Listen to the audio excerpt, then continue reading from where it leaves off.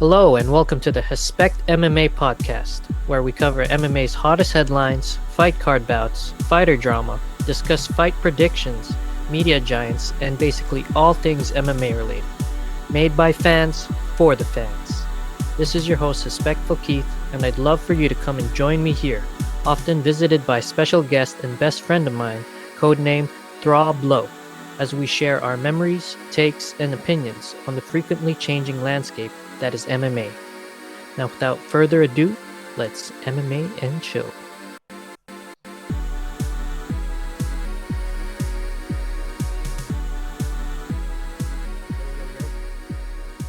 Yo.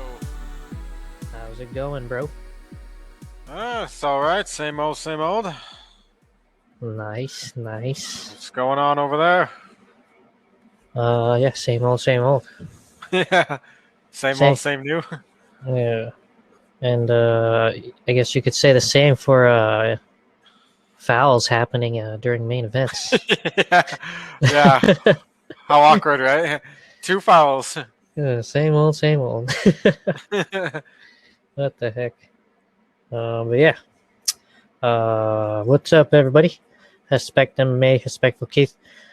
Robbie Lawler coming at you. Is this the 5th round Lawler or just the first round Lawler? So. I would hope it's the 5th. That's the best one.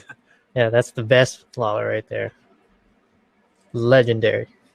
Anyways, before we get into our review of that funky UFC Vegas 21 Leon Rocky Edwards versus Bilal, remember the name Muhammad. Let's do our Underdog of the Week feature. Going out to Dangerous David Grant. He was a 265 underdog going up against Jonathan Martinez, who was minus 325. Do you remember that we went over that one? Did you happen to see the fight? No, I kind of just watched the main event that night. Oh, okay. Well, anyways, we could just skim through it then. But yeah, David Grant, great showing. He's supposed to be a submission guy, but his last 2 victories are KOs. So yeah, he used to have 1 KO and jumped up to 3 from his record. Oh yeah. That's good. He took a solid amount of damage though in the first round from the Martinez guy. Then he rallied back in that was the on the main card. I'm just looking it up now. Yeah, I remember that one. Yeah. There's the guy with the awkward power striking, right? It was a weird really quick stance change, and then it was a left hand, right? Something like that. Kind of just rocked the chin. Yeah. Very powerful but awkward boxing. Yeah, definitely awkward. And even though good for him though. Yeah. So yeah, shout out to him. Honorable mention goes out to Jinyu Frey. We texted about that person. I thought she was Asian. She's just American. Okay. And I remember that one. Yeah, she beat Gloria DePaula, who was a minus 190. Jinyu Frey was a plus 165 underdog. So congrats on your honorable mention, Jinyu Frey. Always good to defy the odds. And then, as usual, or for the second time, fastest finisher, Matthew Semmelsberger. Smashed my first pick, Jason Witt. Remember I texted you? Yeah. KO'd him in 16 seconds. I was like, fuck. Yeah, damn. God damn. Apparently he was just kicking so much. That's what the commentators are saying. Just got that timing really early and put him down. Yeah. Mm-hmm. Anyways, congratulations, everybody. Let's move on to the results from our predictions. Starting off with, finally, we can talk about Angela Hill, who defeated Ashley Yoder, right? Basically a great prediction made down to the T, right? Even though that definitely math played out properly for once. Mm-hmm. Yeah, you're saying even if Yoder got Hill down, you couldn't see her holding her down, and she wasn't able to. Yeah, exactly right. That's kind of the main factor. Angela Hill just had more, I guess, time to execute her game on the feet. Mm-hmm. Yeah, and she looks so much better than the Angela Hill that fought her the first time. Yeah. How long ago was that, actually? Had to be a while. 2017. So was that 4 years ago? Yeah, that's a Good lot of growth. growth. Yeah, Yeah, yeah, definitely. yeah. She did seem like she was having too much fun sometimes. Sorry to be the critic. She Yeah, ended up in like bad positions, right? But that's her. yeah. That's why people love watching Angela Hill. Yeah, Exactly why. still a clear-cut, unanimous decision Yeah, performance. Yeah, yeah, it definitely was. yeah. Do you have any extra takes or says for this one? Uh no, I'm just looking forward to the next Angela Hill fight. Yeah. So like, since they last fought, Yoder has fought 6 times. Hill has almost fought twice as much, 11 times. Oh Yoder damn. was fighting twice a year. Hill was fighting like 3, 4 times a year. So Yeah, yeah, very active. and that probably that obviously plays a factor. What's your take on that? I'd say it does. It has. I Hmm. mean, Angela Hill's record has quite a few losses on it, but a lot of those are very close decisions. Yeah, And she's consistently fighting, very high level competition, right? yeah, that's great. I mean, she came from Invicta as a champion after getting cut the first time, Mhm. immediately fighting people like Andrade, Ansarov, Courtney Casey, things like that, and it hasn't stopped since, right? Her recent losses are Gedalia and Watterson.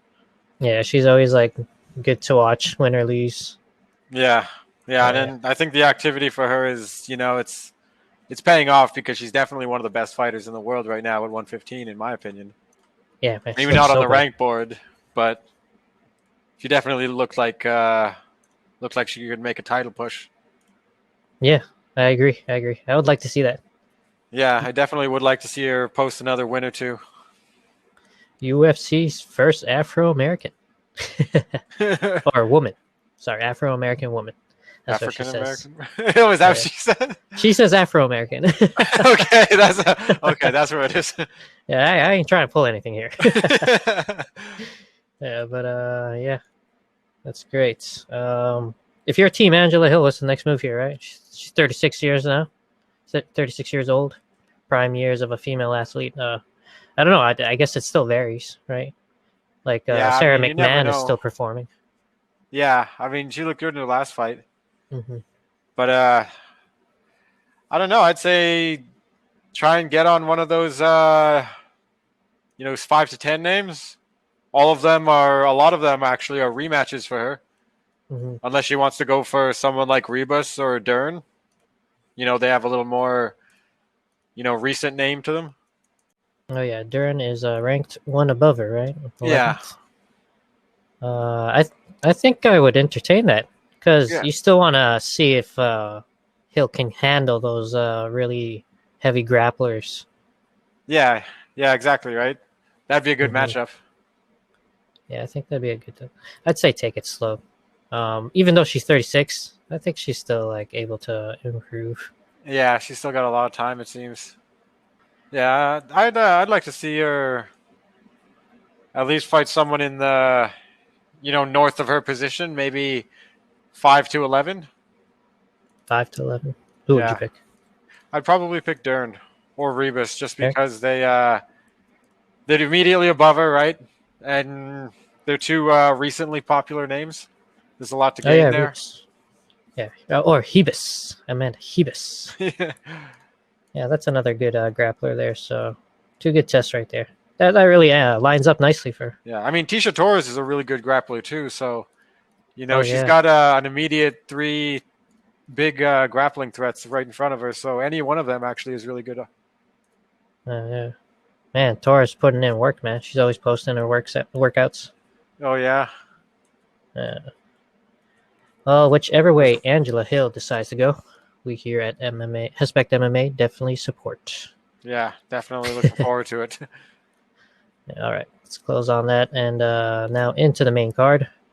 Our predictions, starting with Eric your boy Anders versus Darren the Dentist Stewart. This was a no contest because of Yeah, yeah boy got a little too excited. that's exactly what happened. And it It's wasn't the like first time too. He was very close from DQing it just like a minute and a half prior. mhm. Apparently, he hit him with 3. That's what people are saying, 2 or 3. I remember one. I mean, one of them might have been arguable, but I remember there was definitely another one where he ended up missing, so it wasn't called. Yeah. But after that, he immediately hit him, and even though it was blocked, that was like the second obvious one he threw.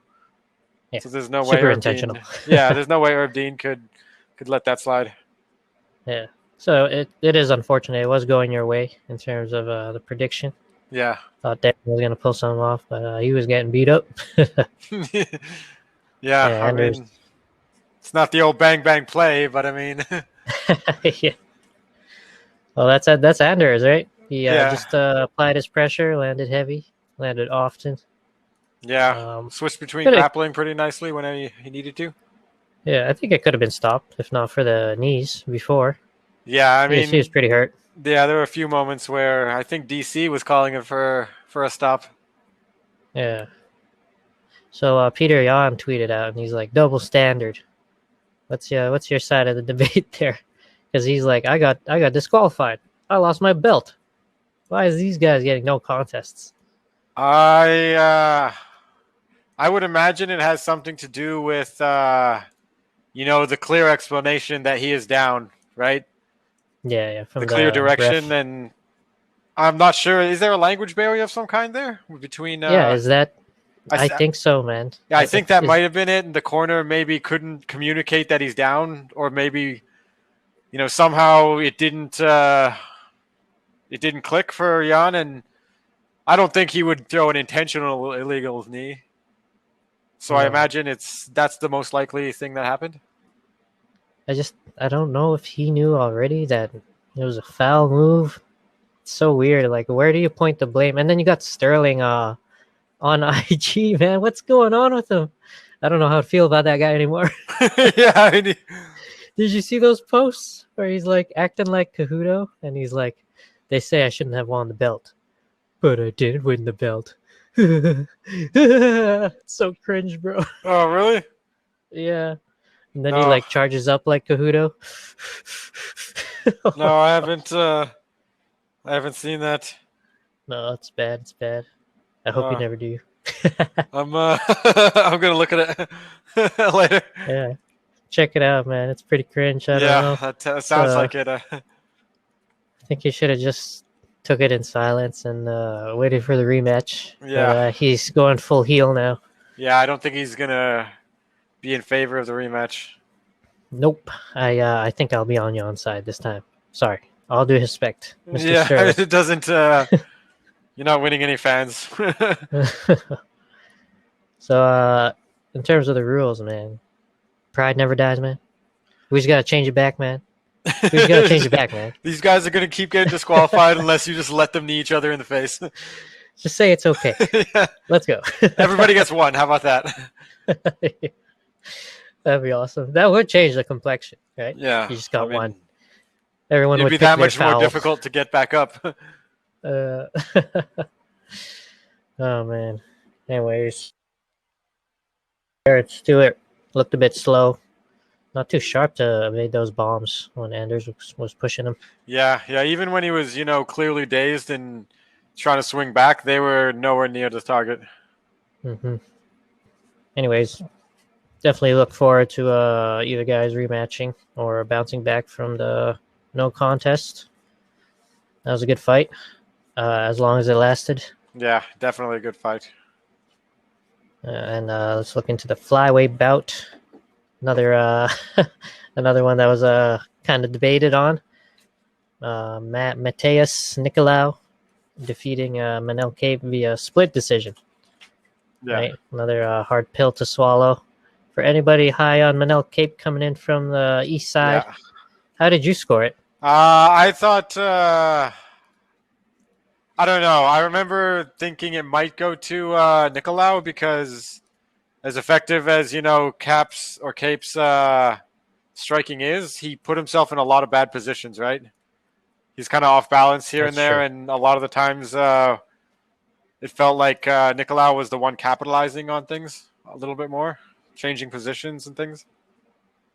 Yeah, especially in that third round, he really pushed the pace. Yeah. Put volume up, and Cape just he seems to be more content counter striking, but if the guy is pushing volume and the judges are seeing the guy push you back and still landing, even though it doesn't hurt you, or maybe it's a grazing or a block shot, they're still seeing that guy impose his will on you. Yeah. Right?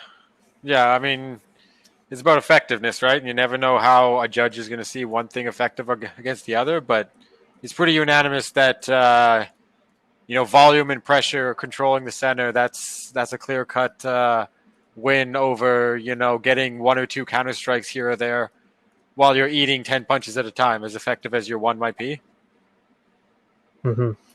Yeah, that's true. Like they do favor aggression, and like the guys who are more counter strikers, they need to either be like absolute snipers or they're just gonna lose on the scorecards by all means. Yeah, or like some kind of trick submission threat, right? Yeah, so all due respect, like it's beautiful when it goes their way, but it's how they score Yeah. it. And I'm not saying anything. That's just how it is.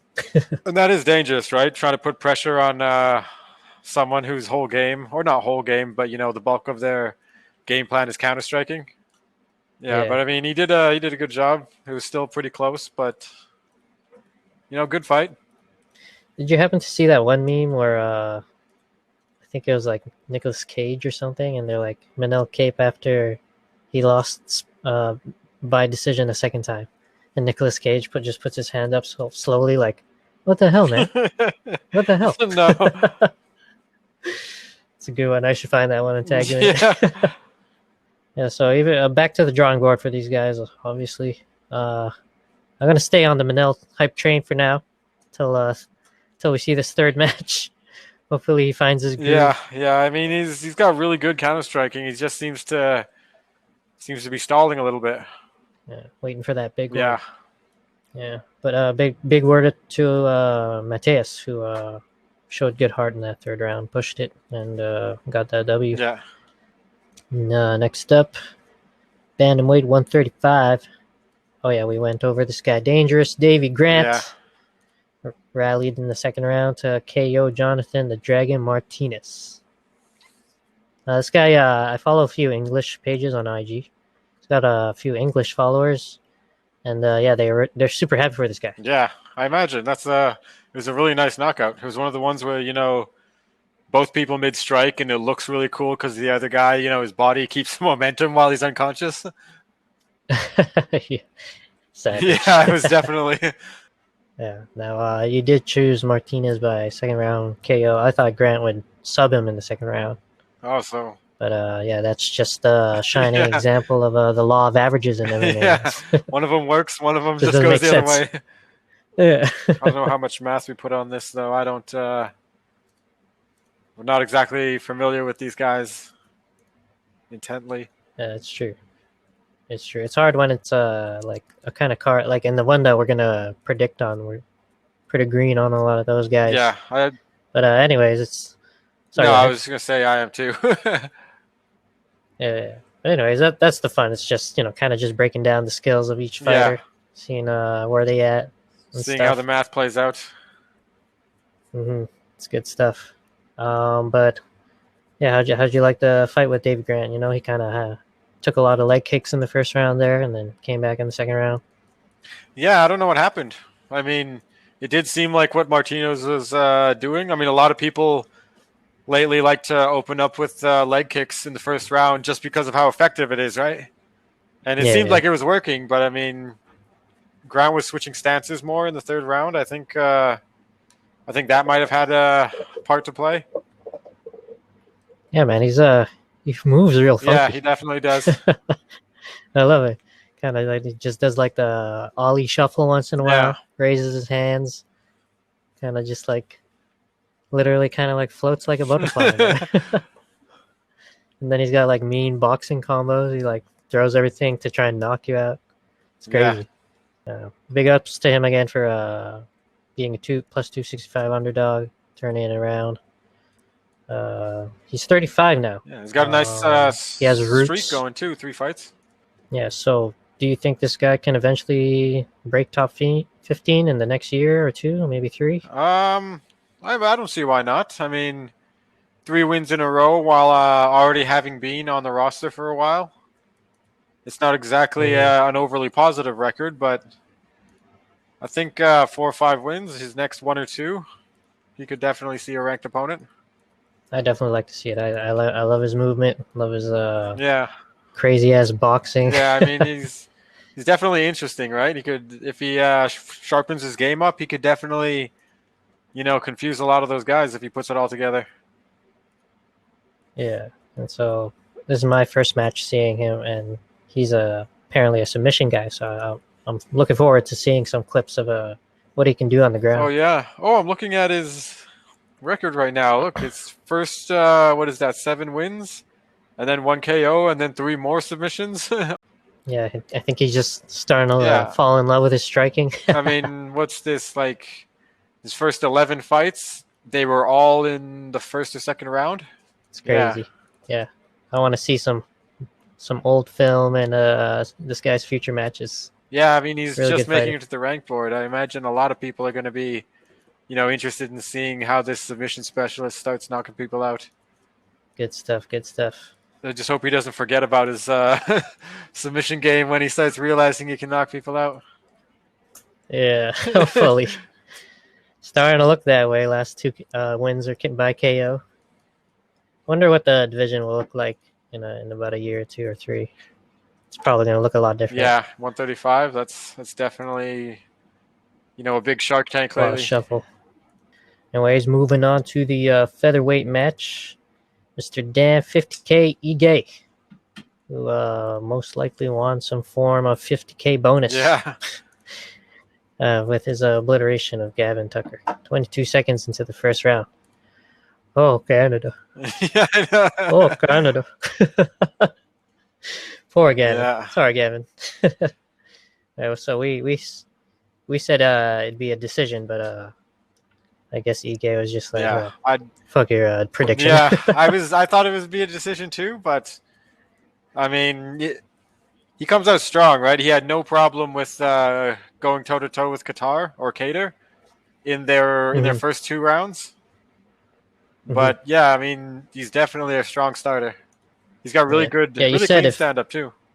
Yeah, you said if he just picks his moments, he can definitely take the W. And well, he picked it. Yeah, he picked it real quick. Yeah, but all due respect to Gavin and his team. Canada. What up, Canada? Yeah, we're Canadians too. Obviously a gigantic opportunity for him, but I think maybe he was in over his head going against Ige. No, why did Ige accept this? Did he just wanted a warm-up fight? No offense. No offense. Yeah, but I mean, Ige is, top 5 to 10 fighter, and Tucker is off the board. I'm wondering if it was like a scheduling thing. He just wanted a quicker turnaround. I guess so. I mean, he's most notable wins, Suwoo Choi. Yeah, I mean, UFC 240. I'm looking at Ige, right? His last fight was Cater, and that was almost a year ago. The Cater loss. So I guess it wasn't a matter of quick turnaround. It might have just been, I'm ready to fight. Give me a name, kind of thing. And they got each other. Yeah, that might have just been how it played out. Oh, Canada. Anyways, so back to Ige. Featherweight division is pretty quiet because of the top 3. Yeah, yeah, it has been. The 3 kings. You got Volkanovski, you got Max, you got Ortega. Zabit's been injured or whatnot. Yair Rodriguez has been suspended or whatnot. Yeah. He forgot to update USADA on what the hell he was doing or where he was going. Something like that. Yeah, Chan Sung Jung got turned away. Cater turned away. Emmett kind of hovering there with Ige. Stevens doing Stevens' thing. Yeah. So, I don't know. Where would you like to see Ige go? I don't know. It's tough. I'd definitely like to see him move up.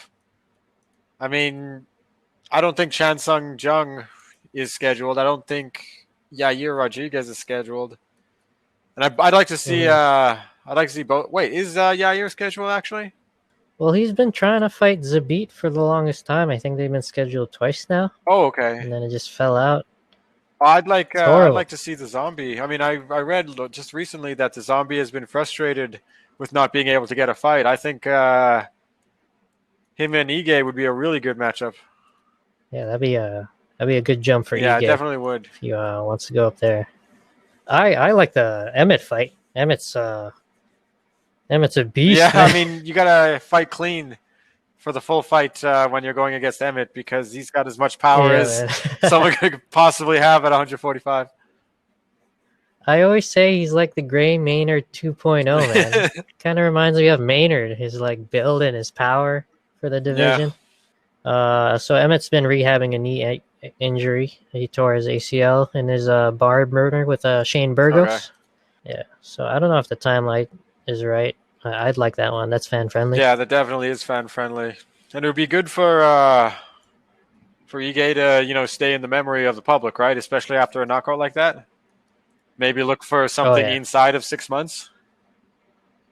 yeah. Well, the Emmett fight that'd be another barn Yeah, I burner, mean, and that would definitely get people's yeah, attention. Emmett and Jung are both action-packed fighters whenever they come out. So either one would be a good option. As far as the Yeah, rankings are concerned, I'm just more interested in seeing more of Ige stand up. for sure, for sure.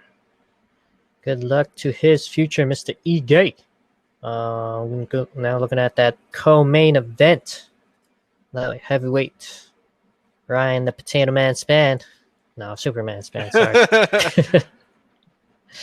He beat our boy Yeah, Misha Serkinov, first round yeah, TKO. very Had handily. a hard first quarter for us Canadians. I think we're pretty negative in the win-loss records. I don't have the number, but I feel like we've been taking the L a lot. Yeah, yeah. I mean, one of them is in the PFL now. I forget his name. It's so incredibly Canadian. Mercier, Ob, something, Oh yeah, Auber Obin, something Marcier. that. Yeah, I Yeah, yeah. can't. He's in the PFL Yeah, now. Canada's got like Yeah, I know he's got a Mercier. very Canada's got a very Canadian French accent and then a very Canadian English accent, and they're nothing alike. I mean, like we don't Yeah, sound like man, it's GSP. tough. No, I don't know what went wrong there, man. Yeah, I mean it's a Fucking, very sophisticated accent. I can't think of Juice P without thinking about his press conference with Bisping, man. Just the best shit ever, man. Wait, did you see a strategy? You're becoming a better version of yourself? God damn that accent! It's Oh, it's a beautiful thing. yeah, man. Fucking, that was good shit. But yeah, hopefully we turn it around in the next couple quarters. Yeah, yeah, I definitely like to see another Canadian at the top of the board. Yeah, so we both thought the experience of Misha Sergenov would trump the general inexperience of Ryan Spann. But, Mike Tyson and Mark Hunt like to say, game plan, it changes quick when you punch someone in the face. Yeah, that's a very good point. That's exactly what Yeah, happened. I man. mean, Ryan Spann, man. Just faster, longer, yeah, right? Serkinov, he did all right closing the distance, landing shots inside, but there's that low blow, right? yeah. The And then, didn't last very long. He pushed through yeah. it and did the thing. Yeah, I think Ryan Spann was pissed, right? Yeah, He's like, I'm just gonna hit this guy, yeah. kicking me in the balls. Then Serkinov was like, okay, I won't kick him in the balls again. And then I got countered. Yeah, big shot too. Good mix of gameness and patience by Spann. Yeah, yeah, definitely wasn't holding back, but picking his shots. I think the low blow kind of woke him up. Think so? Yeah, I mean, I don't know if it woke him up, but it probably, like you said, pissed him off. I mean, Just a someone theory. just got DQ'd an hour ago. Just the theory. Just the theory, people. But yeah, there you go. Ryan the Potato Man Spann. Good job, buddy. Yeah, Excited to see more of that guy. Let's gloss over this unfortunate main event. yeah, Welterweight. Leon Rocky Edwards, Bilal Muhammad Another no contest. Yeah, I mean, exactly the same record too. 18-3, 18-3. It looked like one of them was going to go on to a title shot. Looked like Muhammad, like this was a huge Yeah, opportunity it for him, definitely right? Because was. Edwards, yeah, that guy's been floating around the top for a while, and he was just itching for a fight. Yeah, yeah. I mean, they were both in a really good position. One guy, 8 fight streak. The other guy, 8 of 9 with 2 4 streaks. Your one Hmm. loss is the last guy to fight for the title. I mean, both of them in really good spots. I think if this had gone any other way, whoever won would probably be the one fighting Usman right now. Yeah, nasty eye poke, Yeah, man. You see the yeah. picture? You see the pictures of it? I've seen Oh, I've seen a lot of pictures of it. Woo! He pulled his eyelid Yeah, out. it went in and then out. That's how bad it was. Oh man, that was bad. And his screaming when it happened. Woo! The eye swelled up. Yeah, it Oh definitely man, wasn't a pretty one. can't imagine that. Bro, I went to the hospital for like a piece of hair in my eye, and no one even helped me before I got out. I was like, "Oh, it's gone. Let's go." I waited like 2 hours, Oh bro. shit! It was horrible. Felt like there was glass in my eye, but it was a piece of hair. I guess it just floated to the back after a Holy while. shit! Yeah, I remember you Horrible. telling me about that. Yeah, man. But yeah. So sorry for Bilal Muhammad. So what you take from everything before the foul, though? It seemed like I mean, it was a 5 round fight, and it happened in the second round. But it seemed Mhm. like Edwards was doing a pretty good job. Leon, though, he says he deserves the next title shot despite the outcome. Bilal, he's pissed off. He's like he wants the rematch. And then you got Masvidal Usman, right? They just set Yeah, the title fight. Can't believe it, man. Can't believe yeah. Was that Masvidal got it. agreed? Was that a set thing before this no contest? No, it was Yeah. after. Okay. I think I'm still on board with if this had gone any other way, they'd be fighting for the title right now. But I imagine as soon as it didn't, I think Dana might have it in his mind to get them to rematch. Oh, why? I'm sorry. I love Game Red, but he doesn't deserve it, No, man. I mean, There are so many deserving guys or guys he could have fought for a shot at Usman. But I guess Usman, he took it, yeah, right? He signed the contract. I guess so. Brings the money in. Bring home the bacon. yeah. I mean, Stephen Thompson made a good point that the only people Usman hasn't beaten the top 5, or I guess person, is him, right? And he's the only new Hmm. guy posting wins against other guys in the top 5. I don't know. I don't know if I agree with the masses on an immediate rematch No, there. I don't either. I think it should have been Thompson, or Kamaru just waits until Edwards and Bilal give it another go. They're gonna have to, I Yeah, think. that's definitely what has to happen. Other than that, I think it. Thompson, though. I think right now, as far as after the bearded Jesus fights Usman, I think it's just whoever posts another win. If Edwards and Bilal decide not to rematch, I think either them two or Thompson. Someone post a win by the time Usman's ready to fight again. You're probably in Hmm. the lead. Well, I appreciate you saying, as a Thompson fan, that Thompson deserves a shot because he does deserve a shot. The hell's going I on don't know here, about man? right this very I don't second, like Wonder Boy. but I mean, if he Come posts one on, more win, then yeah, I'm down. fine, fine. He can do it. Yeah, He can do there's it. no doubt. You see him? You see his he got a little spicy against Covington there on Twitter because Covington was like, he's like, why would I fight that guy? He's not even scary, man. He teaches little kids karate class. He's nothing. And then Thompson tweeted back, he's like, if I'm not scary, fight me then. That's hilarious. Yeah. Colby set himself up for that one. So, I saw this hilarious top comment. It's like the dark side of Wonder Boy just came out there. Yeah. And it was still the most That's polite awesome. thing ever. Yeah. Just fight me then. Poor Yeah. Wonder Boy. Clock's ticking, man. Come on, people. Wonder Boy Yeah. Wonder 2021. Boy wants to fight your freaking butt. I forget which page posted that. That one was pretty good. Yeah, that was a good one. Shout out that page. I'm sure they know who Yeah. they are. Freaking Okay, this is a funny one. Muhammad, he's like, since Masvidal and Usman is booked, me and Leon coach on Tough. What do you think? Who? Leon and Bilal? Bilal. Yeah. I've never been the biggest fan of Tough, so Yeah. I'd much rather just see them rematch. Yeah. Yeah. All right. All right. That's good. That's good. Well, we'll have to see. Have to see the developments as it comes. Yeah, definitely will. Good stuff. Good stuff.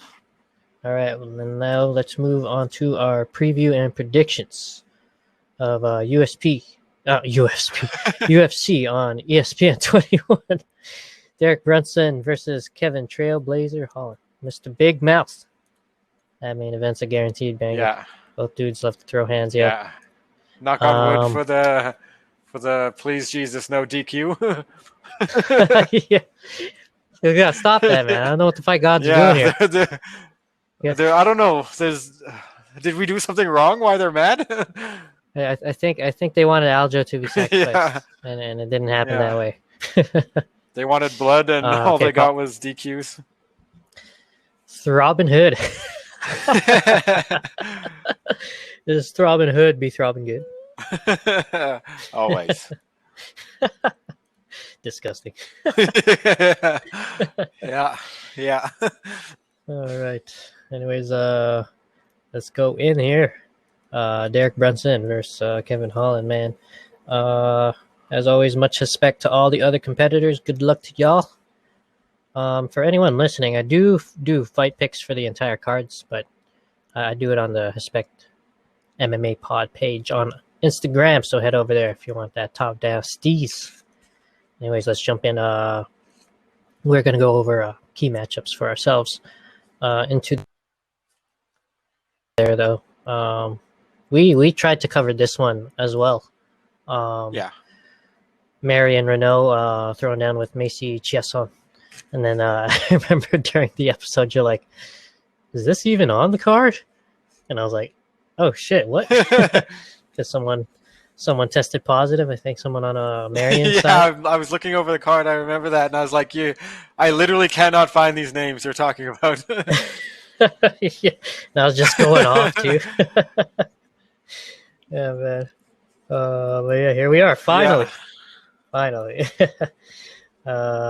So Marion Renault, revisiting it now, it's a really interesting matchup to look at because Marion Renault's place in the division is kind of iffy right now, right? I think she's on a 2 or 3 loss streak right now. Yeah, 3. She's gonna be putting up her ranking against the unranked, I believe, or is she ranked? No. Oh yeah, she is. Macy Chiasson. 9 for Renault, 11 for Chiasson. And this says at 135. Chiasson, I had a small interaction with her on one of my old pages because I got her camp wrong, and she actually reached out to me, and she's like, no, I'm out of Fortis MMA. Oh, really? I forgot what I put out. I tagged her in it, and she's like, that's the wrong camp. I'm not from that camp. I was like, sorry. I'll change it. But yeah. Marion Renault, 3 loss streak. Macy Chiasson trying to climb up the ladder there. Yeah. Anybody remembers what that episode was in? I had some notes here. Yeah, Marion. She came into the UFC. She was a prospect. She lost to Holly Holm in a contender match. She would have fought Ronda Rousey if she won that one. Oh man. But yeah, it's pretty crazy. She's been around, like she was on that second wave of like women coming into the UFC. Yeah. It was a few years there after Ronda Rousey, Miesha Tate, Joanna, when they really helped them reach a wider audience. They really bolstered their roster in the maybe 5 years or so immediately after that. Yeah. And Marion she wasn't able to keep up, right? So she's 3 wins, 5 loss, 1 draw since that Holly Holm loss. She's turning 44 this year. No offense, That is quite advanced Yeah, in a pro fighter's age, in my opinion. yeah, Uh, definitely is up there. yeah, so I was asking at the time before you pointed out that the match wasn't going on at that time. I was like asking where her ambitions lie, right? Do you think she's still looking to be a champ? What is it? She just love fighting? She needs money? I would guess probably the first two. I mean, there are a lot of avenues to make money, especially when you've been, a high contending UFC athlete as long as she has. I imagine it's more than likely a love for fighting, or maybe she just wants to end a career on a high note, or, I don't know. She could legitimately believe she's a champion. I mean, her fights are always against high level opponents. There's no reason why she couldn't pull out a few more wins. Yeah, I'll do Hespect. No down talk to her. It's just based off her recent record. And the fact that it is hard. It definitely is more difficult when you're past the age of 40, regardless of what division you're in. That's just, the human body. Yeah. And Macy is 29, so this is a classic story of the young lion going for the old lion, right? Experience versus, physical prime kind of thing. Yeah. So, how would you see this playing out? What would your prediction be? I think Macy is likely going to take it. Yeah, I'd guess I'm not very familiar with Macy. I do recognize a lot of Renault's fights, but I mean, yeah, you just said it. The recent track record doesn't exactly look positive. 3 unanimous decision losses. Not to mention 44 years old. That is, it's definitely something not a lot of human beings could do, right? Fight at this level that long. Yeah, I agree with you. Macy, she's pretty well rounded, right? She comes out of Fortis MMA. They've been making a lot of noise. Yeah. They had the success of Uriah Hall, Austin Lingo, Jeff Neal before he lost to Thompson. Oh yeah. Know that. Marion, she's obviously a veteran. She's seen all kinds of competition. Not counting her out, no disrespect. Yeah. She's tough, always dangerous, right? She has good Muay Thai. But I go with Macy Chesson by UD, I think. Yeah. There's definitely an experience, factor in Renault's favor, but sometimes the math says other things, right?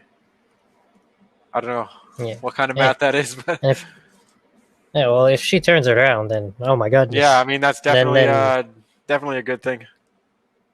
Yeah, a good window to retire on, but who knows? Maybe she'll be like, no, maybe she'll just say, Amanda Nunes, you're taking everything I work for. I'm gonna fight your ass. Set it up. That'd be hilarious if someone one day literally quoted him word for word with someone else's name. Just so tacky. Yeah, and it would absolutely work. The memes work. would fly. They would absolutely just every page would have that on there. Person with that kind of personality, in my opinion, would be Johnny Walker. Just gonna come out and just start swearing about someone, right? About Izzy. He'll get another flying knee knockout or something, and then he'll just start naming names. But yeah, let's get into this main card. Go ahead. Johnny Walker. The fact that his name is Johnny Walker and he won by a flying knee KO, a spectacular one at that, and then he did the worm and dislocated his shoulder. That was the first night I took notice of. That's just like a great way to start your career. Immediate eyes on you. Oh man, I don't know though. He was out of competition for a while because of that. Oh man, hell of a way to go though. It was so funny because he just flipped over in slow mo. Right, they had in the slow mo cam, and he was like, "Ah." Oh, good stuff. Shit was so funny. Good stuff. I'm sure we'll see that clip. Every time he fights, you're gonna see either that knee or more memes. Holy shit, too good. Yeah, Johnny Walker, man, that guy's a wild man. Yeah, definitely entertaining. But into the main card, that first bout, women's straw weight, getting into the green zone now because this whole card is just like, oh man, I'm not really familiar with these guys, but I did a little looking into it, and yeah, Cheyenne, the Warrior Princess, buys comes in from Dana White's Contender Series Okay. against a Mexican representative, Montserrat Conejo Ruiz. All right. I don't know if I'm pronouncing it right. For anyone wondering, the rough translation of Conejo would be rabbit. So she is a rabbit, I guess. Oh, active. Mexican girl. Voluminous punching. I guess so. Volume is punching. Very powerful. Yeah. Fast hands, maybe. Yeah, I'm just trying to guess based on the name. based on the name. Yeah. So, yeah, like I said, green area. Cheyenne comes from Dana White Contender Series. Montserrat Ruiz is coming in from Invicta, the little sister promotion of UFC. Yeah. She just got herself back into the win bracket after suffering her first pro loss in 2018. Oh yeah, I'm looking over Danielle Taylor. Yeah. So yeah, her last win. Yeah, or no, her last. loss. Her last win was Janesa. Yeah. I meant Ruiz. Her only loss, I guess, was Danielle Taylor. I remember that she was in the UFC for a good while. What can we take from here, though? I guess Cheyenne buys, right? 5 wins, 1 loss. Ruiz with 9 wins, 1 loss. Ruiz with a slight experience edge, right? Yeah, it seems that way. Yeah, and then we got 4 out of 5 Cheyenne's wins are by way of decision. Her one finish was TKO in her first ever pro bout. That was a long time ago. Her finishing rate is 20% in comparison. Ruiz 9 wins consists of 3 KOs/TKOs, 2 subs, and 4 decisions, giving her 55% finishing rate. Looks pretty even statistically. I mean, they're... Yeah. Cheyenne is the taller and longer fighter. 5'4", 63-inch reach. Ruiz 5 foot, 61-inch reach. Oh yeah, that's quite a significant advantage. Mm-hmm. No, depends how they use it. We'll have to see. Yeah, it definitely does. Oh, interesting. So Cheyenne's coming out of Fortis MMA, just like Macy, and Ruiz is coming out of 10th Planet Jiu-Jitsu. Oh shit! Shout out to Eddie Bravo, Tony Ferguson. Nice. Yeah, that's 2 very good camps to be coming from. Yeah, this card, like, even though we're agreeing on a lot of names, when I was looking over it, I was like, God damn, it's gonna be an explosive card. Yeah, it might be a sleeper. People might miss out and then regret it. They're gonna miss out. They will. But yeah, both talented fighters, to say the least. Yeah. How should this play out on paper, you think? I have no idea. I mean, it seems like it looks like they both like to strike. They both come from good camps. Both are finishers. So I imagine they're... Oh wait, sorry, more Ruiz than Janae. Oh wait, Cheyenne. Seems like they could just fight it out. I think they'll just scrap it out. I think that might be how it plays out. I don't see enough submissions on here, wins or losses. So I'm gonna go ahead. Or wait, look at this amateur fight history for Cheyenne buys. There's a lot of submissions in there. Okay, in the amateurs. Yeah, in her amateur record there. But more of decisions earlier or more recently. Yeah. I mean, that could mean she learned a lot from her amateur record before she became a pro. True.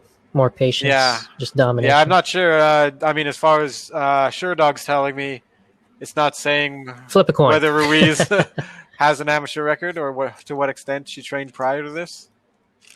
Yeah, I don't know. I'm going to go with Cheyenne buys just because it seems like on paper, from what I see here, she seems more well-rounded. Nice. You got a method of victory? Split decision. You gotta love it. You're just trying to pump up the numbers. Yeah, I'm gonna get there, man. Gotta be over 50% accuracy. That's awesome. I'm actually gonna go with Ruiz. That's what I got down here. Okay. I'm gonna go by unanimous, not split. A little spicier, Good more shit, mild bro. than spicy. Yeah, I went mild for that Yeah. one. Went mild. But yeah, Ruiz by decision. So yeah, next up on tap, we got there welterweight. Welterweight's so friggin' stacked, man. Have you seen these guys? Song, Kanan, and Max Payne Griffin. Oh man, Max Yeah, Payne that guy's Griffin. name. Yeah, his nickname is Payne, and so yeah, Max Payne Griffin. That's Love it. That's a good name. Yeah, man. Perfect. But yeah, another couple guys just trying to make a name for themselves, right? I've watched a little bit of their recent work, bro. These guys are bangers. Yeah, I mean, Should it be looks just like get it. excited for this It one. looks like it. There's a Yeah, lot of recent action going on in their records. Yeah, so I'm going to give a strong recommendation to everybody here, and to you, Throbbie Lolly. Yeah. I'm hoping it doesn't bite me in the ass because this one looks explosive. Yeah, it definitely does. Yeah, so Song Kanang, he's 31 years old, another Asian fighter named Song from China. Very large and powerful guy. Dan Hardy said in his last match that he cuts down from around 200. Ooh. So 30-pound cut, maybe more, maybe less. Yeah. But around there. Yeah, so his last victory, if you see, over Callan Potter in February, just when he got taken down, he's just almost like Derek Lewis, just getting back up. The just stand up yeah, defense. He just implemented that, and he just boxed this guy up, man. Powerful strikes, man. Really thick, muscular build for the division. Yeah. Yeah. And then Max Payne Griffin, on the other hand, seems to have reached a new level. He's 36 now, right? But in his last outing, I don't know if you remember the pictures or the match, but he demolished Ramiz Brahimov, right? He got the doctor stoppage because, I mean, the guy's ear started coming off. Oh, remember that? Oh man, yeah, I do remember that. Yeah, that match. It was that match. Yeah. Yeah, so that was brutal. I've never seen anything like that. I think you could see his skull, bro. Oh man, yeah, I'm like Yeah, vividly remembering all the pictures now. I don't remember the fight, but I remember those pictures. A little heavy on the stomach right now. Yeah. We got 2 cookies in front of me. I just gotta take a break here. But yeah, yeah, I remember that circulating around in the IG community for a while. Anyways, both guys are exciting brawlers. Never got a solid win streak together to get into the top 15, right? In terms of consistency. Yeah. Song Kanan more consistent in terms of wins. Yeah, it feels. He's 4-1. Oh, I just sorry I interrupted, but I regret it, and I just Googled another picture of the ear. Okay, yeah, it's bad. I wish. But anybody listening, please do it with care. I did it on YouTube, and it gave me a content warning saying it's graphic, but I did it anyway. Yeah, I wish I didn't. The memory was enough. I don't want to look at it again. No, do it. Just watching that replay, I was just like, okay, next time. Yeah, pause. Next fight. Holy fuck. So 4-1 in the UFC for Song, right? Since joining in 2018. 4-6 for Griffin. Not very positive. But Griffin has seen the stiffer side of competition. Yeah. His resume is pretty hardcore. Song's only loss is to Alex Morono. That's a notable name. And Griffin's losses has pretty notable names. Colby Covington, Thiago Alves, Alex Oliveira, Cowboy, and Alex Morono as well. Oh, yeah. All things considered, I don't know. Who really has the edge, though, in your opinion? How do you think it'll play out? I don't know. It's a tough one. You know, you never know when you got guys that come in to bang as hard as these guys. Mm-hmm. It's just going to be good. Everybody wins. I think everybody wins. I don't know which one of these guys are going to win, but I'm pretty sure the audience is. Yeah. It's gonna be good, man. Yeah, I mean, I think I'm gonna go with Song, just because I don't know how accurate Sherdog's gym representation is, but it says here that Kanan Song is actually association is Jackson Wink. Oh, Yeah, I snap! don't know if that's a recent move or what, but I mean, if I think his so. recent success, 4-1 as soon as he moves to the UFC, that's a Hmm. pretty good indication that he's doing the right things. Yeah, I think they mentioned it in his last match. I heard the commentary saying something about he wasn't able to train anywhere in China, so he moved camps. That might be it. Yeah. I mean, that's definitely a good place to be, especially when you're at that point in your career where you're really trying to make a run at the rank board. A lot to Hmm. learn from them and the training they have.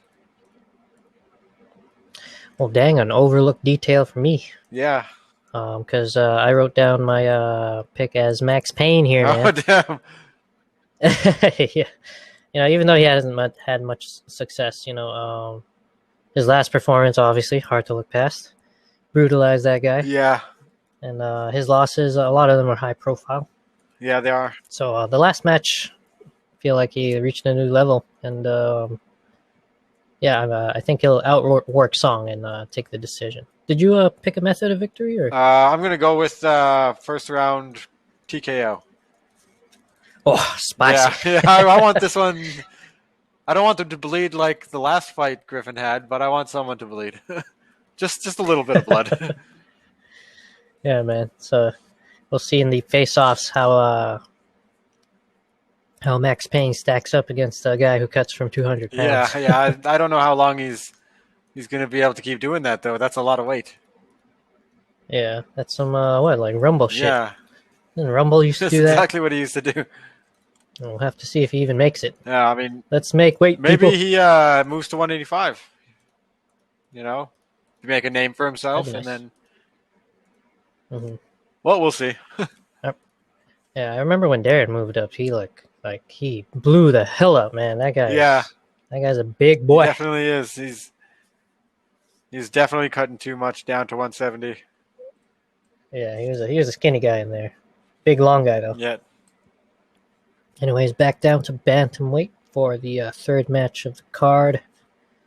We got Adrian Yanez versus Gustavo Lopez. No nicknames, if I'm correct here. In terms of trying to build names for the more casual fan base, this is another pairing that is guaranteed fireworks, people. You heard it here first. So, yeah, both guys are well-rounded finishers. High finishing rate percentage for both dudes. Yanez is 27, 75% finishing rate. 12 wins and 3 losses. His 12 victories, 7 by KO/TKO, 2 by sub, and 3 decisions. Never been finished. Lopez, on the other hand, 31 years old, 91% finishing rate. Ooh. Yeah, so of his 12 wins, he's got 12. He's 12-5. 12 wins by 5 by way of KO/TKO, 6 by sub, and just 1 decision. In terms of losses, he's dropped 3 decisions, and he's been taken out by strikes on 2 occasions earlier in his career. Okay. Yeah, so in terms of last matches, Yanez, first round KO, head kick KO of Victor Rodriguez back in October. Gustavo Lopez, first round finish as well, rear naked submission over Anthony Burchak. That's a pretty notable name. Yeah. Yeah, it definitely is. Yeah, so another coin flip. Kind of drolled on a bit there. Yeah. Which side are you calling, man? That's a tough one. I'm thinking Lopez. Lopez? Yeah, just because seems like he's gone up against some pretty stiff competition.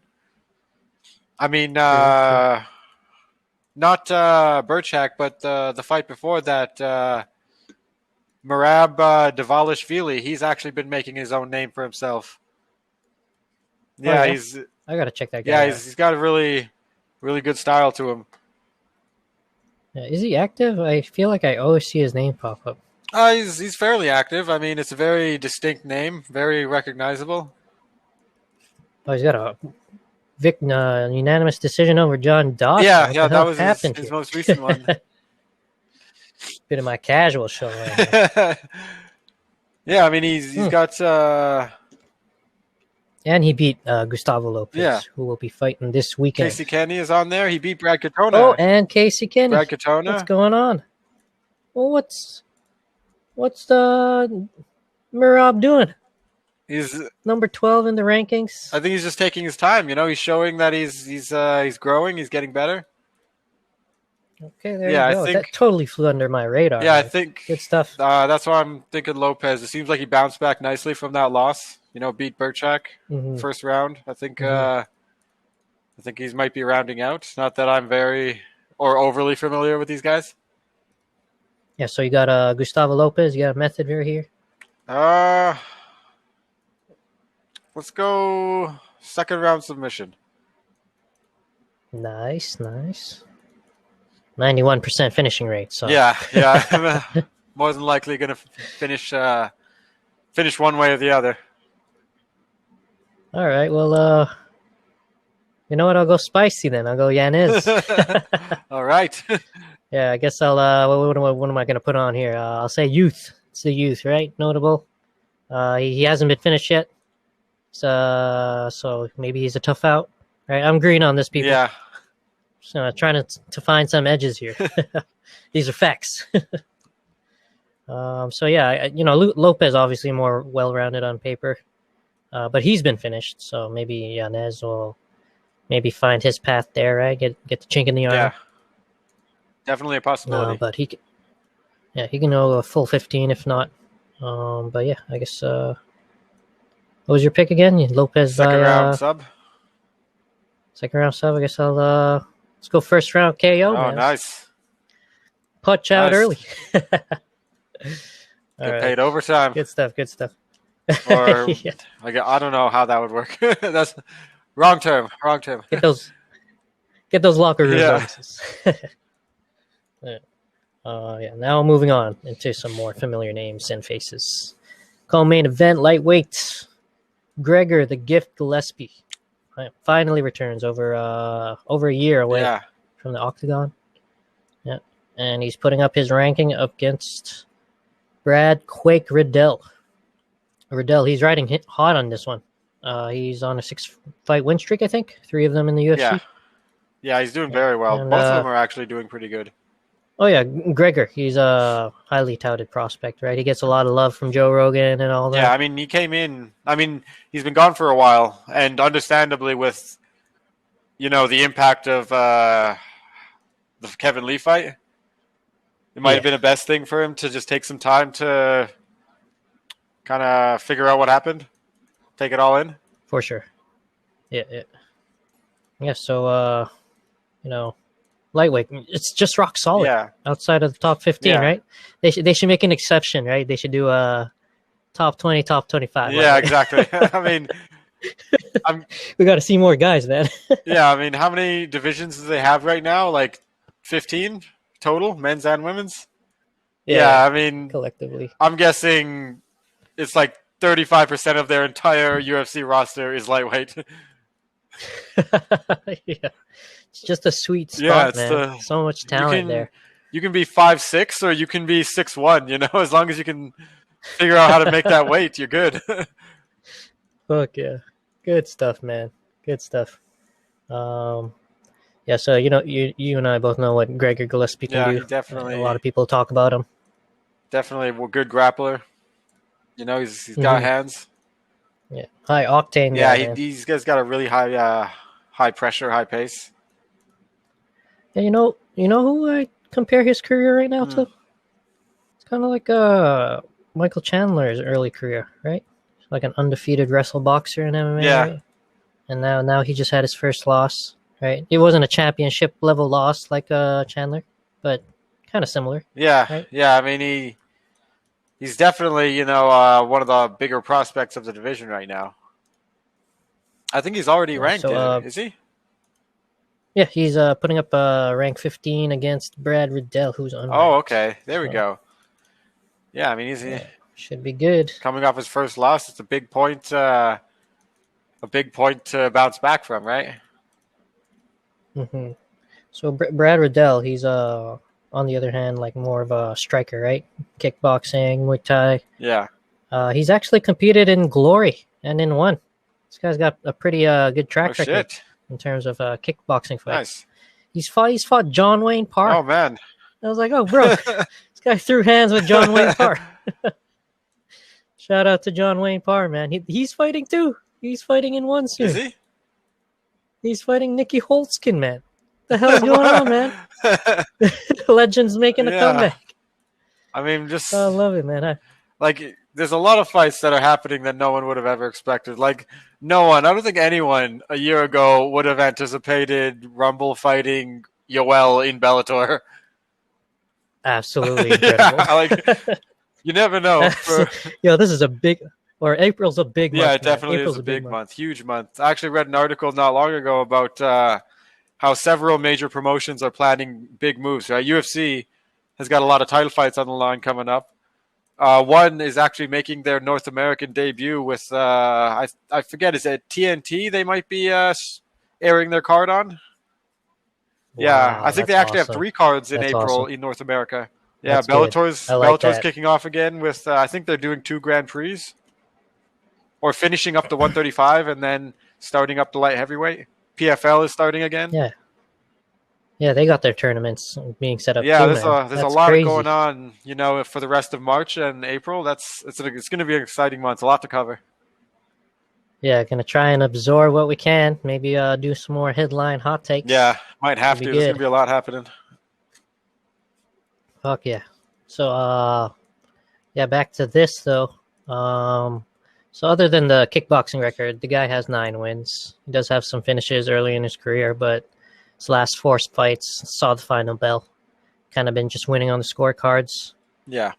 Both these guys like to push the pace. Yeah. I saw their fights, man. They guys, they just go, man. Holy shit. Yeah. It's exhausting watching them. Yeah, I mean, just like start breathing heavy watching fighters like these, right? It's like, slow down, man. You're making me tired. You know, I'm not in shape. Fuck yeah, it's crazy. You ever see that one video of Michael Chandler? He's doing like jumping chin-ups while someone's throwing a medicine ball over the bar, and he's going up, pushing the medicine ball back to them, and then going back down to do another jumping chin-up. Wow, that my legs are going to hurt tomorrow. That's just absolutely amazing, man. Jesus Christ. Yeah, that is a seriously intense workout.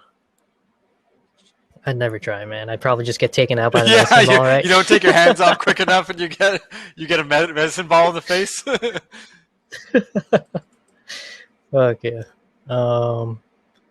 Yeah, man. So the X factor here, obviously, Gregor coming back, Yeah. right? Maybe he'll try some new stuff, or do you think he'll implement his bread and butter? The question is, can Riddell stop it? Like, what's your take there? Yeah, I don't know. This seems like 2 hot prospects. They're both they put the pressure on, very similar in a few ways, but I mean, I'm gonna have to go with the wrestling. You know, if it's a pressure wrestler with good stand up versus a pressure striker with good takedown defense, it seems pretty even. But I'm just gonna go with the wrestling, the grappling. I think if anything, he might just smother him. Seems to be what he's good at. And do you have a method of victory here, sir? I'm going to say unanimous decision. UD, Gregor Gillespie. Good stuff. Yeah, I see on Riddell's record there his lone loss is by submission. So I would like it to make it a little spicy. Nice. We got Gregor by submission in the second round. Nice. Yeah, and do you remember that? Have you seen that clip of Khabib kind of like giving Jan Blachowicz props after his Izzy win?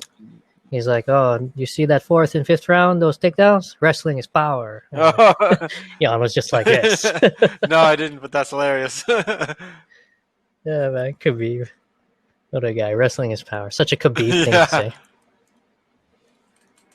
That's very much Khabib. All right. Miss that guy, man. Miss you, Khabib. Yeah. Come back. Make it 30-0 or something. Yeah. Did you hear Michael Chandler? And I think we talked about that last time, right? Chandler and Oliveira. Well, apparently they're being scheduled. Yeah. Well, like right? that's Instead of Gagey. That's the talk. What about Gagey, man? America. Oh, yeah. he's Chris Weidman 2.0. Hell yeah, man. I like either one. Yeah, honestly. I mean, Oliveira, it's a tough picture. I mean, if Poirier, clear number one contender, decides he doesn't want to, he'd rather finish his trilogy, put a stamp on his victory, make that money, then it kind of it doesn't clear anything up because there's still so many contenders, right? Mm-hmm. Yeah, if anything, he's on like kind of a Max Holloway kind of trajectory right now, kind of just pre-clearing the division. Yeah, I mean, he seems like he's very confident in his ability to just keep winning against anyone. And I mean, and that is a champion. Yeah, it absolutely is. I mean, if he's willing to just keep winning, I mean, I think we said it last time, or at least one other episode, the only reason Tony Ferguson doesn't have title defenses is scheduling, right? That's it. I mean, 12-fight win streak. There's no way you can deny that he's not among the best, or at one point would easily be considered. Mm-hmm. Uncrowned champ. Yeah, definitely. Interim. Got an interim, but uncrowned champ. But yeah, here we go, man. Into that main event of the evening. Derek Brunson versus Kevin Holland. A lot of people love Kevin Holland right now. And yeah, man, this is a good matchup, right? Bronson kind of playing that gatekeeper role. He's acknowledged it as well. Yeah. Kevin Holland coming off that crazy KO. Jacare. Yeah. What happened there, man? Oh my goodness, off his own back. Yeah, I mean that's not something that happens very often. Yeah, man. What was your reaction when you first saw that? I don't know. I was kind of stunned, to be honest with you. I mean, that's the way he did it, man. And Jacare just kind of fell back. And man, that looked brutal. That was a brutal way to go out. Yeah, I mean, it definitely was. I mean, he was kind of like half getting up, so he had a bit of momentum there. But I mean, he just kind of whipped that arm around really quick, right? And then it seems like one of them kind of just flickered the lights a little bit, and then he got him with a second one, and then he just went full Mortal Kombat. He like grabbed him by the head and just he just got up. he just got up after punching him twice and kept punching him. It was pretty brutal. Yeah. So where is there blame to be put here? Because his second name is Big Mouth because he's always talking in the cage. I would say as a fan and as a spectator that I think the talking kind of distracted Jacare, and that's why Holland landed that first bomb, right? Kind of rocked Jacare before he hit that second one, and then went Mortal Kombat mode.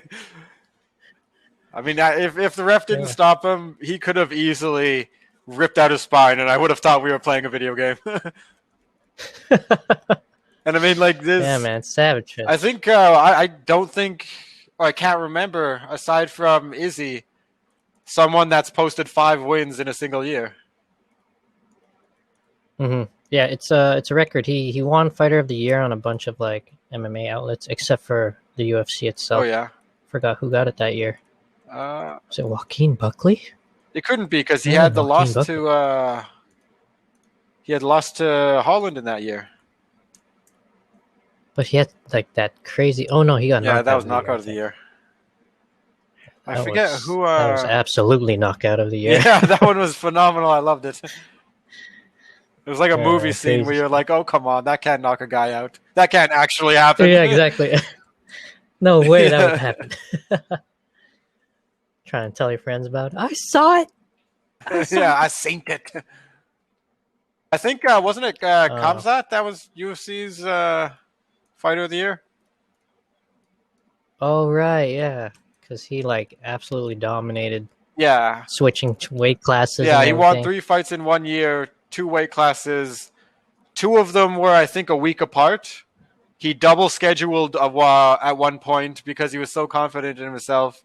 And I think 3 fights, he only absorbed or I think 3 fights, he only absorbed less than 5 strikes total, which is pretty insane. I think in the Mearshart fight, he didn't absorb any damage. Yeah. He just threw the one punch and Jesus. Yeah, I mean it's definitely Tripoli to not take damage.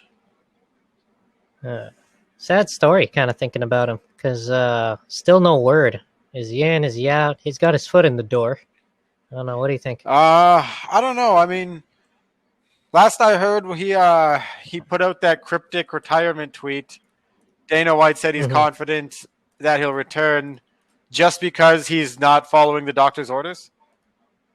He seems to be, just a diehard warrior to the core, right? It's just fighting is like the air he breathes, right? He's literally fighting, a breathing disease. He's apparently coughing up blood, and he's still training. That's pretty. I mean, you got to commend him, but at the same time, come on, man. Yeah. Rest. Yeah. Just get back. Yeah, that's all you gotta. I mean, easier said than done, but. Yeah, obviously, especially on a guy of that. Yeah, level. I mean, you had the year of your life, right? One of the best intros to UFC you could ask for, and then seemingly it's all taken away, and who knows how long it'll be gone. Man. It was the vid, man. The vid. God damn. Hopefully he comes back, man. Fingers crossed. Yeah. Back to this guy's opponent, though. Derek Brunson, a mainstay, a staple of the middleweight division. Definitely. Yeah, he's coming off his TKO victory of Edmund Shabazian. That was a good one. He's been saying like I said, he acknowledged that he's kind of in a gatekeeper position right now. And his last fight, he's feeling like he's more patient. He's reflective on his losses to Izzy and Jacare. Even the Romero fight a long time ago, he said he was winning that fight, and arguably he was. He was putting it on Romero before the knockout. Yeah. But yeah, I don't know. Do you agree with Brunson here based on his finish of Edmund? Are we seeing Brunson 2.0? Is he finally going to put it together, put Holland away, and make a run at the title? It's tough, right? Especially when someone has the year that Holland had. I think I'm going to go with Brunson, though. Yeah, he has looked good in his last 2 fights. He's definitely learned from those the losses. I mean, his last recent losses are very high-level opponents. I mean, everyone he's been fighting for a good 5-6 years now are very high-level. I think. I mean, I think he's just gonna pull out a decision, right? That's what I'm gonna. That would be a surprise. I definitely would, but I think, or I don't know if I'm thinking. I might just be hoping. I like Brunson. Yeah, no, Bronson is awesome. Yeah, definitely got a soft spot for that guy. Yeah, I'd like to see him keep posting wins. Kevin Holland has been doing good. He can afford to take a step back. I know. I want to go with the heart too, man. My mind keeps telling me that Kevin Holland is just gonna do what he's been doing. Yeah, man. He's pretty violent, man. When you see him really get into it, he talks and he jokes and he laughs, but when he fights, goddamn, he's admitted that he used to be a street fighter, and it really comes out in there. Throwing punches off his back just to knock someone out. Yeah, I mean, best case, Brunson, executes a lot of grappling, right? Mixes up his experience and his particular brand of striking. Mm-hmm. I mean, it's just tough. You never know how Holland is going to react to things, right? Especially after seeing, the awkward situation he knocked out Souza with.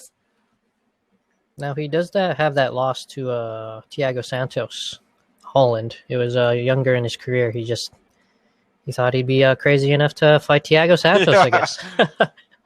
And he got out grappled. There's some clips circulating on Instagram. You know, even then he was talking when he was losing. He was just, every time he got kicked by Santos, he was like, "Ow, that hurt. That really hurt, man." And then when he was getting grappled out, he's like, "Oh, this sucks. This sucks, Dana. What the fuck?" So funny, but yeah, maybe that'll get in Derek's head. You know, Derek's been around a lot at the UFC for a long time. For a guy who likes to talk trash, there's a lot of material to go off of there if you're trying to get in someone's head. Yeah, man.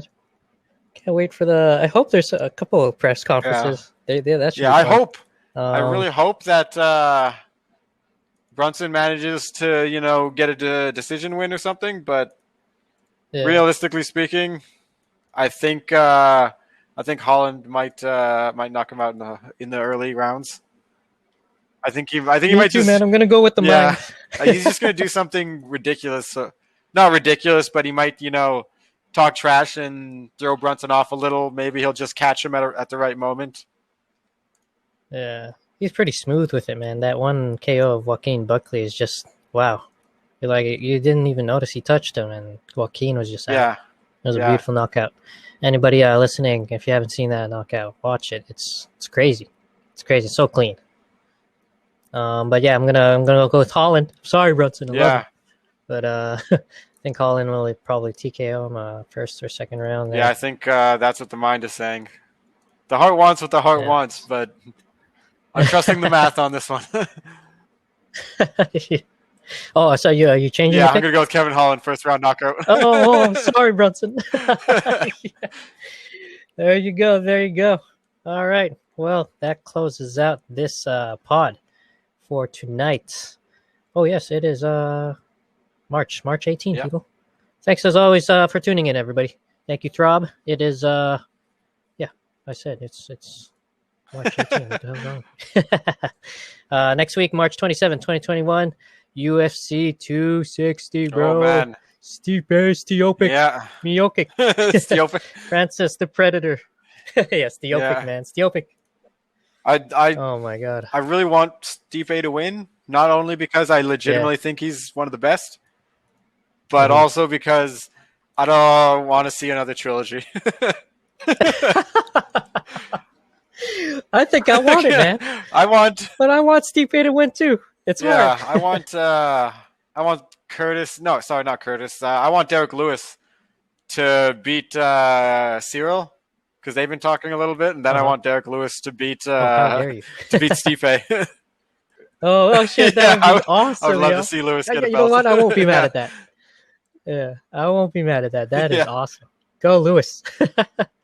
But yeah, man, holy shit! Most explosive rematch of heavyweight history title fights, right? So far.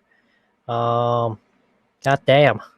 You know, no offense. All love to Francis. Love him. Awesome highlights. But there's so many nut huggers. Like, I can't believe Stipe is still an underdog. Yeah, I mean, you saw him, man. He schooled Francis the first time. Man. He 100% the greatest heavyweight of all time. I mean, I don't know how people are still not on board. Yeah. And it's like pretty heavy too. Yeah, maybe because he's just a firefighter, right? Oh, come on, put some respect. I don't know. I don't know where it's all coming from, man. It's ridiculous. How many? He's like he's the model like type of person you'd think would be like blowing up in America. But everybody's crazy. Yeah, he's got a very American aura about him. He's a firefighter. He's a professional fighter. He's a boxer. Yeah, man. Blue collar. Yeah, dude. He's just like a working Joe who decided to start fighting one day, and he's like, "Oh shit, I'm pretty good at this." I don't know if that's exactly even with his demeanor. If that's exactly how he started his career, but yeah, man, I think so. No, he's always been. I imagine that's what it seems like, right? He just seems like the average working Joe type fighter. He just happens to be the best in the world. You know, bro, he's got the Fedor face when he goes in the cage. He doesn't even look tense or anything. He's just like, another day at the office. I fought fires bigger than this guy. Yeah, exactly, man. Holy shit. The co-main evento, man, Alexander the Great Volkanovski defending his throne against Brian T. City Ortega. Brian 2.0, yo. Yeah. Man, Woodley, Luke, Sean One Malley versus Almeida there, right? Great lineup, man. Good stuff. So, see you guys then. Hopefully by the 25th, if we get this out right. But whatever, we get it out when we get out. All right, that's just how it's going, people. But yeah, much respect to you, Rob, and we out. All right, peace. Hey, thank you so much for listening in on today's episode of the Hespect MMA podcast. If you'd like to connect with me and discuss your own responses over anything MMA related, come follow my Instagram or Twitter at Hespect MMA Pod. And for those of you listening in via YouTube, remember to hit that like and subscribe button to show some continued love and support. Appreciation to you, and tune on in the next episode. Much Hespect.